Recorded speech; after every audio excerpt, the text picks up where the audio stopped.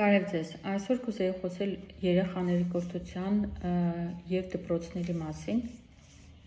կիսվել իմ 15 տարվա փորձով, արդեն 15 տարի է ես հիմնադրել եմ մասնավոր լեզվի կենտրոն Անգլիանի դպրոց Շվեյցարիայի ֆրանսիական մասում և մի բան եմ ուզում բոլորի հետ կիսվել այն փաստի շուրջ և տեսնենք ինչպես կարելի է իրավիճակը լավացնել, որպեսզի երեխաները դպրոցը սիրեն։ Արդեն քանի տարի ես իմ փորձից հասկացա, որ երեխաները դպրոցը չեն սիրում։ Ամեն դեպքում պետական դպրոցները երեխաներին չեն երջանկացնում։ Իմ կարծիքով դպրոցը պետք է լինի այնպիսի միջավայր, որ երեխան ամեն օր հաճույքով գնա իր ընկերների հետ այնտեղ լավ ժամանակ անցկացնելու և մտահորիզոնը զարգացնելու համար։ Սակայն այսօր դպրոցները կարծես դեսպոտական ինչ-որ հաստատություններ լինեն, ամբողջը տեստերով հագեցված, որ ամեն 2-3 ամիսը մեկ երեխաներին տեստերով վախեցնում են, տեստերով փորձում են ստիպել, որ նյութերը սովորեն և այլն։ Կարծում եմ դպրոցը մեկ այլ հետաքրքիր ավելի դեր պետք է ստանձնի, այն պետք է լինի երեխայի երկրորդ ընտանիքը։ Այն պետք է դառնա ծնողների փոխարինողը այն ժամանակ, երբ որ ծնողները աշխատանքի են կամ երեխաների խնամքը հանձնում են դպրոցի հաստատությանը։ Տարբերություն պետք է չլինի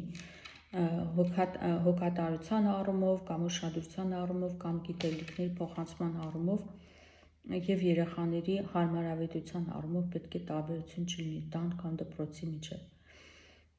Երեխան պետք է իրեն հարմարավետը զգա, երեխան պետք է իրեն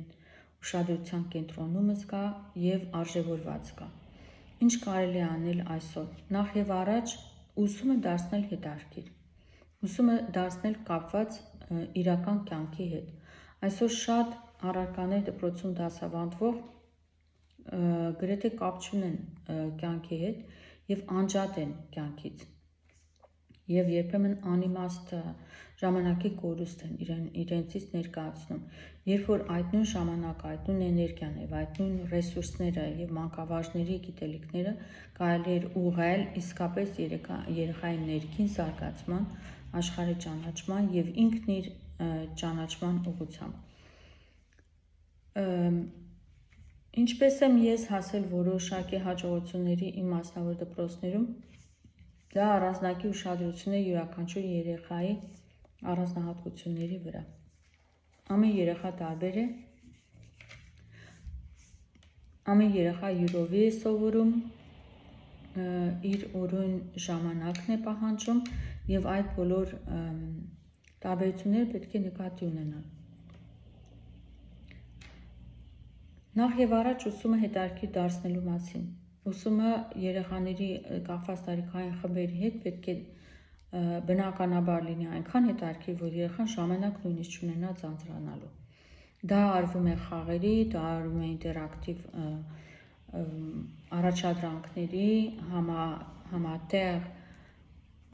խաղերի և կազմակերպման վրա։ Իհարկե դա մեծ աշխատանք է պահանջում դասատուի և մանկավարժի կողմից, սակայն կարելի է ցանկացած առարկա, ես համոզված եմ, որ կարելի է դարձնել շատ ավելի ստեղծագործաբար մոտենալ և դարձնել շատ ավելի հետաքրքիր, որտեղ երեխաները իրենք իսկ մասնակցում են կրթական պրոցեսին։ Երբ որ դպրոցը ես